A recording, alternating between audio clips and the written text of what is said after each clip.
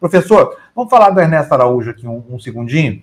porque é o seguinte, talvez não tenha acontecido nunca na história do Brasil nada parecido com a devastação provocada, porque o Ernesto Araújo, ele não é uma ave daninha, ele é um bando de gafanhotos, ele predou de uma maneira tão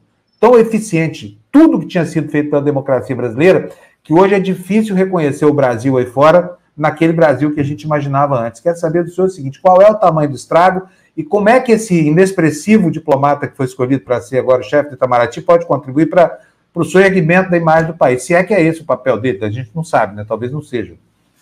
Bom, Fábio, começando pela pergunta, enfim, que é fácil de ser respondida e muito triste, né? A extensão do estrago é gigantesca. O Brasil virou, sem sombra de dúvida, num curto espaço de tempo, um verdadeiro pária no sistema internacional, né? Um país que vinha construindo aí, especialmente, né, no início do século XXI, um conjunto de ações que ampliaram a estatura, né, do país no sistema internacional, apesar das várias limitações que o Brasil tem, mas uma economia que, né,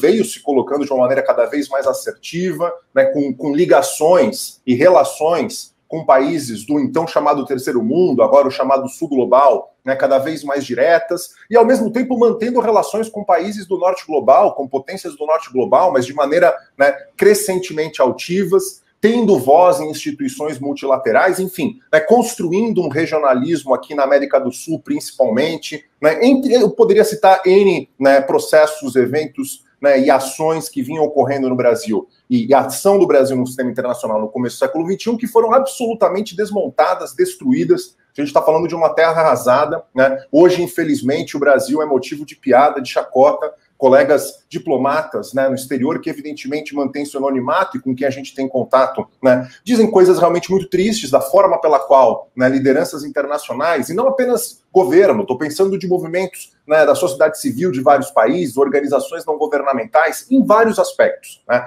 A maneira como o Brasil, por exemplo, se portou contra instituições multilaterais durante a gestão, né, do Ernesto Araújo, a forma como o Brasil votou na ONU, quebrando tradição histórica do país, por exemplo, de ter uma posição mais equinânime, né, no conflito Israel-Palestina, né, a forma como o Brasil votou a favor do embargo contra Cuba, né, indo contra também uma tradição histórica do Itamaraty, maneira como o Brasil se colocou no caso da Venezuela, né, encampando abertamente a posição do governo Trump e assumindo o governo Guaidó, a forma como o Brasil atuou de maneira conservadora contra direitos reprodutivos, né, fazendo uma liderança aí com países autoritários, países de extrema-direita, de Hungria, Polônia, né, inclusive países árabes, né, bastante conservadores com relação ao direito da mulher, entre outras coisas. Então, realmente, o estrago é muito grande, né? E, óbvio, a questão, né, da própria vacina, a forma como o ministro Araújo se posicionou, né, contrário, muitas vezes, à negociação de vacina para o país, né, chegou a utilizar a expressão do coronavírus como um comunavírus, né, ou seja, um globalismo,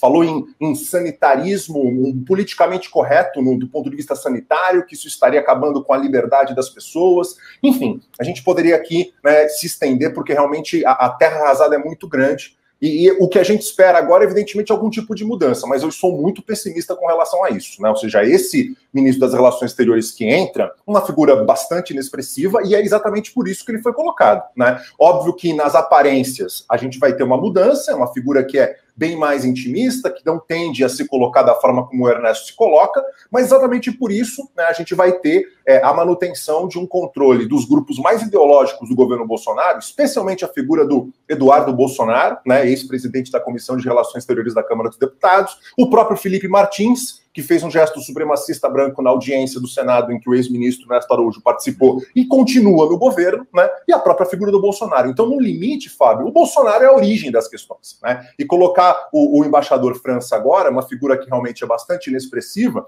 só tende, infelizmente, a manter, me parece, mesmo que não no formato, mas no conteúdo, na essência, o que a gente vem tendo de não política externa, digamos assim, do Brasil nos últimos 2 anos.